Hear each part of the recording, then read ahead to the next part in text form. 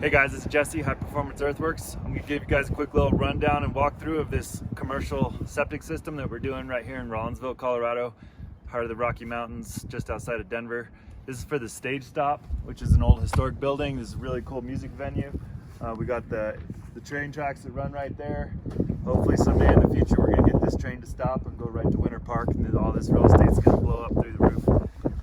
So anyway, yeah, that's a side note, but I'm going to show you guys what we're doing here. So right here we're digging leach field number 2.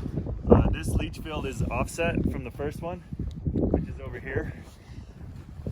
You can see how they're offset. Basically the two ends are not parallel with each other, and the reason being for that is because we have to be 100 feet away from the well, and the well is on the opposite corner of this big building here. And if you do a swing radius with the tape measure, basically this is where we have to put these fields in order to make it all fit on this property in a good way. So I'll show you what we got going here real fast. This is 64 feet long. We have 1.5 inch Schedule 40 lateral pipes. We have 3 of them. We have holes drilled on 3-foot centers here with orifice shields over the holes. The orifice shields basically prevent rocks from, sticking one of the points right in the hole and plugging that hole. So the orifice shields are basically to keep rocks out of the holes. Over here we have our flush out pipes. So we've brought all of our lateral pipes together, and then we're bringing them all up to the surface in one traffic rated concrete riser with our traffic rated steel bits right here that we're going to be using. So this field here has passed final inspection from the inspector. So we're in the process of backfilling here. And what we're doing here is we're basically building a layer cake, and we've dug out 5 feet down like we've done in this other hole behind me. And then we've put down 1 foot of CR33 concrete sand, brought that up, leveled.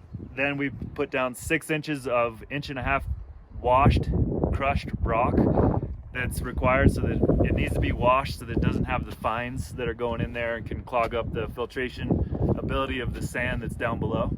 So we did 6 inches of rock, then we put in our pipes, and now we're doing 6 more inches of rock, and then we're covering the whole thing with weed fabric so we don't have any infiltration of fines from the top layers of the backfill going down into the rock and into the sand.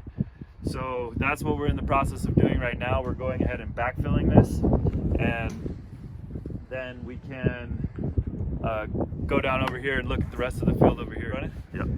So right here you can see we have our trench for our effluent line. Basically our effluent is going to be coming from our tank.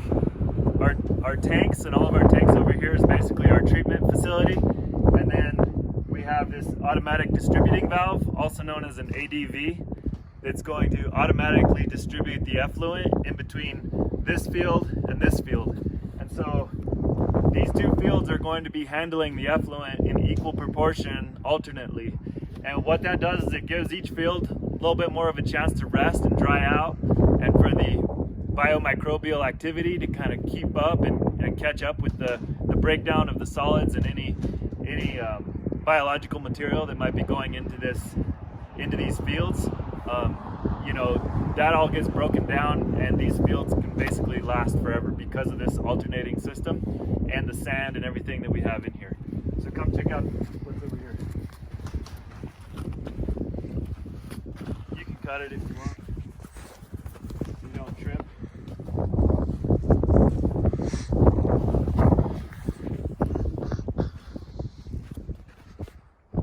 Good.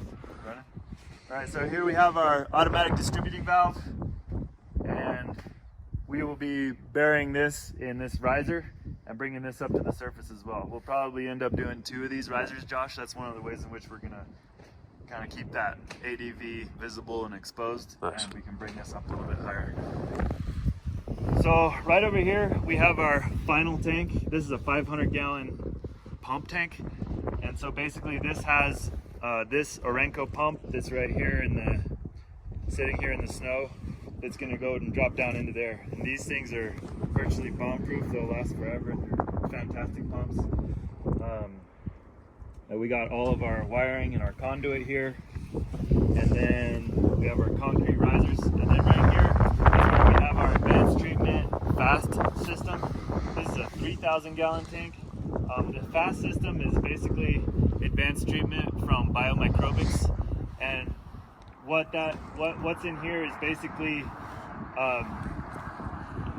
it's like a big membrane or a media. It's basically a bunch of slats of plastic with ripples in it that allows the bacteria that's growing in there, aerobic bacteria, to live on that surface area and basically start breaking down the human waste. And this is a blower as well that's going to be injecting oxygen into this tank, and so the aerobic bacteria that's going to be breaking down all of our waste is happy, and it's basically creating a friendly environment for aerobic bacteria. And the awesome thing about aerobic bacteria is it's much more aggressive and doesn't stink as much as anaerobic bacteria, so it actually does a much more effective job of breaking down the waste and the biological material than your standard septic system, which is an anaerobic digestion tank. And the word septic basically means anaerobic. So most septic tanks are anaerobic digestion, and so this is an advanced treatment tank. So it's not actually by definition a septic tank, it's an advanced treatment tank. It's an aerobic digestion tank. So that's what we have here. Over here we have our second basic pump tank. So this is also known as a lift station. And this is our septic tank over here. So we have our 2,000 gallon septic tank that's going to be pumping into this second pump tank. And from here, we're going into our advanced treatment tank over here. So this is a 2,000 gallon tank. This is a 1,000 gallon tank. That's a 3,000 gallon tank right over here. And then we have a 500 gallon tank.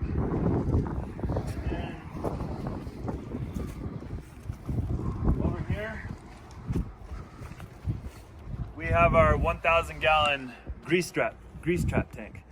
Most grease traps are not 1,000 gallons, they're closer to 500 gallons. So this is a really big, nice tank for basically being a grease trap. This is the only tank in the system that's not traffic rated, so we're gonna have to end up putting a couple of boulders around these risers to keep traffic off of this little corner of the parking lot, which is fine, because that'll just do what it is. And we have our sewer line coming out. So we have our kitchen sewer that's going into this grease trap, and then we have our house sewer that's bypassing the grease trap, and then these two tanks and the sewer line. The sewer line after this grease trap, the two sewer lines tie together, and then they come into our 2,000 gallon tank. And we have all of our conduits in the ground ready for electrical and inspection.